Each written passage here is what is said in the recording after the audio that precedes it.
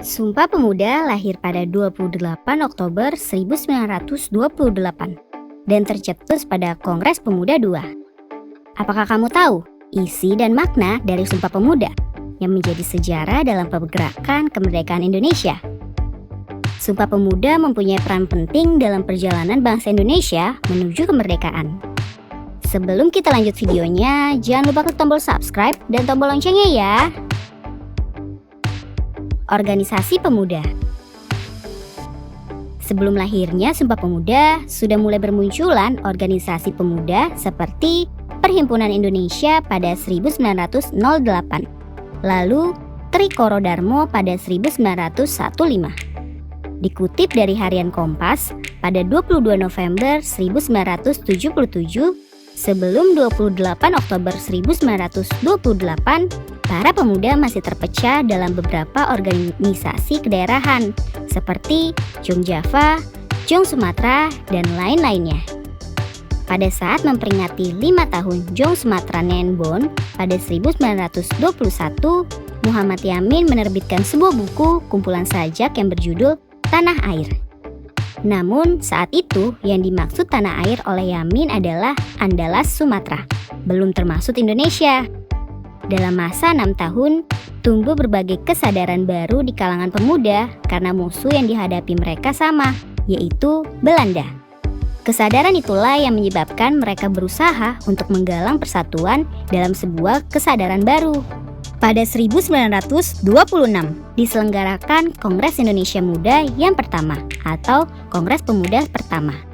Bahkan pada tahun itu pun kesadaran itu belum cukup untuk melahirkan sebuah Sumpah Pemuda. Lahirnya Sumpah Pemuda. Pada 1928, Muhammad Yamin menerbitkan sebuah kumpulan sajak yang baru berjudul Indonesia, Tumpah Darahku. Itu menunjukkan perubahan kesadaran para pemuda.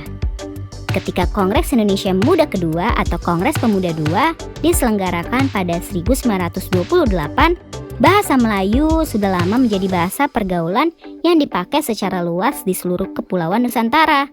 Namun, saat itu kedudukan bahasa Melayu belum kuat. Sebagian ahli Belanda menganjurkan agar bahasa Belanda menjadi bahasa resmi di seluruh Indonesia atau dipakai seluruh penduduk Bumi Putra.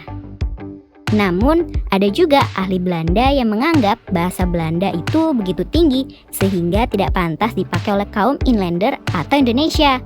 Karena ada perbedaan paham ini, maka pemerintah kolonial Belanda tidak segera sampai pada kebijakan untuk menjadikan bahasa Belanda sebagai bahasa resmi satu-satunya.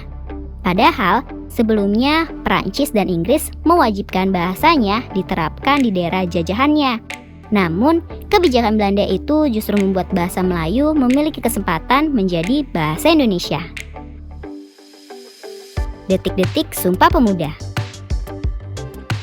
Kongres Pemuda II diselenggarakan pada 27 sampai 28 Oktober 1928. Kongres itu melahirkan sebuah deklarasi yang dikenang hingga saat ini. Tokoh yang berjasa dalam merumuskan deklarasi itu adalah Muhammad Yamin. Saat kongres berlangsung, dia menuliskan gagasan Sumpah Pemuda dalam sebuah kertas. Kertas itu kemudian dia sodorkan kepada Sugondo Jojo Puspito yang saat itu menjabat ketua kongres. Teks Sumpah Pemuda. Deklarasi bernama Sumpah Pemuda itu lahir setelah para peserta menyatakan sebuah kesepakatan bersama akan pentingnya persatuan pemuda. Adapun istilah Sumpah Pemuda tidak muncul dalam putusan kongres tersebut, tetapi diberikan setelahnya. Berikut ini isi teks keputusan Kongres Pemuda II. Pertama, kami putra dan putri Indonesia mengaku bertumpah darah yang satu, tanah Indonesia. Kedua, kami putra dan putri Indonesia mengaku berbangsa satu, bangsa Indonesia. Ketiga, kami putra dan putri Indonesia menjunjung bahasa persatuan, bahasa Indonesia. Nah kids, sekarang sudah tahu kan bagaimana sejarah singkat teks Sumpah Pemuda dan maknanya? Sampai di sini dulu ya videonya. Jangan lupa like, komen, subscribe, dan share ke teman-teman lainnya ya kids. Bye-bye!